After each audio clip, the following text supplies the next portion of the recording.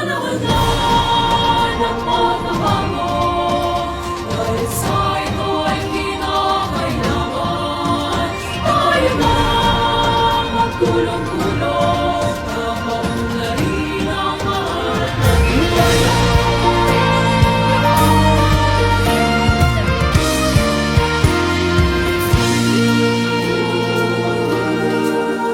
Panahon na ng pagbabago, dahil sa ito ay kinakailangan tayo na magtulong-tulong na paunlarin ang mahal nating bayan.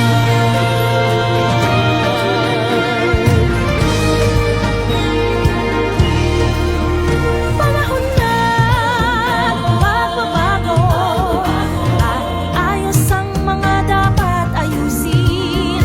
Dapat lang maging tungkulin ng bawat mamamayan dito sa atin.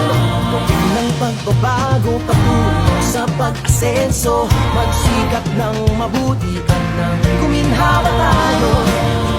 Malaki natin sa mundo at ipamalas ang bagong Pilipino at